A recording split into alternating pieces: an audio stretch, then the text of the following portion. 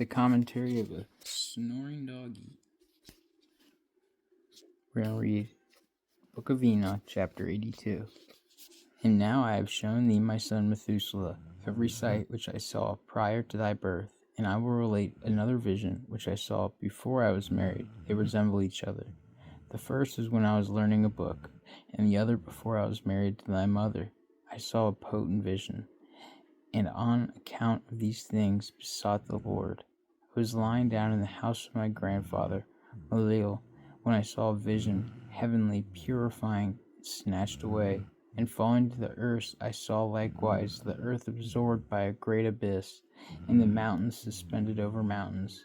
Hills were sinking upon hills, lofty trees were gliding out from their trunks, and were in the act of being projected and of sinking into the abyss. Being alarmed at these things, my voice faltered. I cried out and said, The earth is destroyed. Then my grandfather Malil raised me up and said to me, Why dost thou cry out, my son, and wherefore dost thou thus lament? I related to him the whole vision which I had seen. He said to me, Confirm is that which thou hast seen, my son, and potent the vision of thy dream, respecting every secret sin of the earth. Its substance shall sink into the abyss, and a great destruction will take place. Now, my son, rise up and beseech the Lord of glory, for thou art faithful, that a remnant may be left upon earth, and that he would not wholly destroy it. My son, all this calamity upon earth comes down from heaven. Upon earth shall there be a great destruction. Then I arose, praised and entreated, and wrote down my prayer for the generations of the world, explaining everything to my son Methuselah. When I went out below, and looking up to the heaven, beheld the sun proceeding from the east, and the moon descending to the west, a few scattered stars, and everything which God has known from the beginning, I blessed the Lord of judgment and magnified him, because he hath sent forth the sun from the chambers of the east, that ascending and rising in the face of heaven, it might spring up and pursue the path which had been pointed out to it. Chapter 83. I lifted my hands in righteousness and blessed the Holy, the Great One. I spoke with the breath of my mouth, with the tongue of flesh which God has formed for all the sons of mortal men, that with it they may speak, giving them breath, a mouth, and a tongue to converse with. Blessed art thou, O Lord the King, great and powerful in thy greatness, Lord of all the creatures of heaven. King of kings, God of the whole world, whose reign, whose kingdom, and whose majesty endure forever and ever. From generation to generation shall thy domain exist. All the heavens are thy throne forever, and all the earth thy footstool forever and ever. For thou hast made them, and over all thou reign.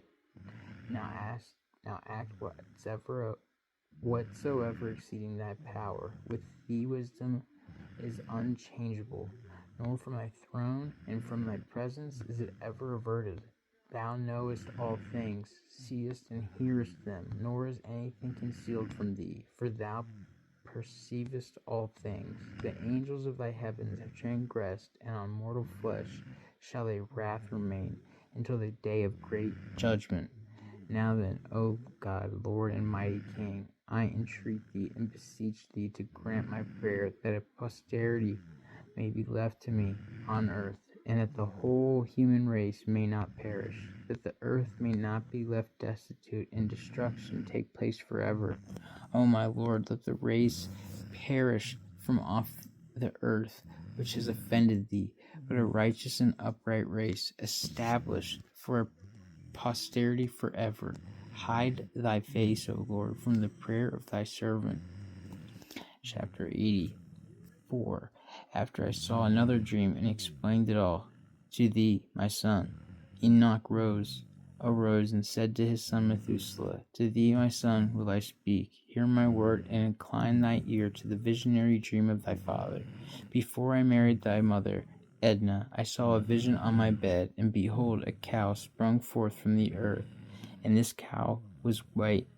Afterwards, a female heifer sprung forth, and with it another heifer. One of them was black, and one was red. The black heifer then struck the red one, and pursued it over the earth. From the period I could see nothing more of the red heifer, but the black one increased in bulk, and the female heifer came with him. After this I saw many cows proceeded forth, resembling him, and following after him. The first female, young one, also went in the presence of the first cow, and sought the red heifer, but found him not. And she lamented it with great lamentation while she was seeking him. Then I looked until that first cow came to her, for which time she became silent, and ceased to lament. Afterwards she called another white cow, and again called many cows and black heifers. In my sleep also I perceived a white bull, which in like a manner grew and became a large white bull. After him many white cows came forth resembling him, and I began to call many other white cows, which resembled them and followed each other.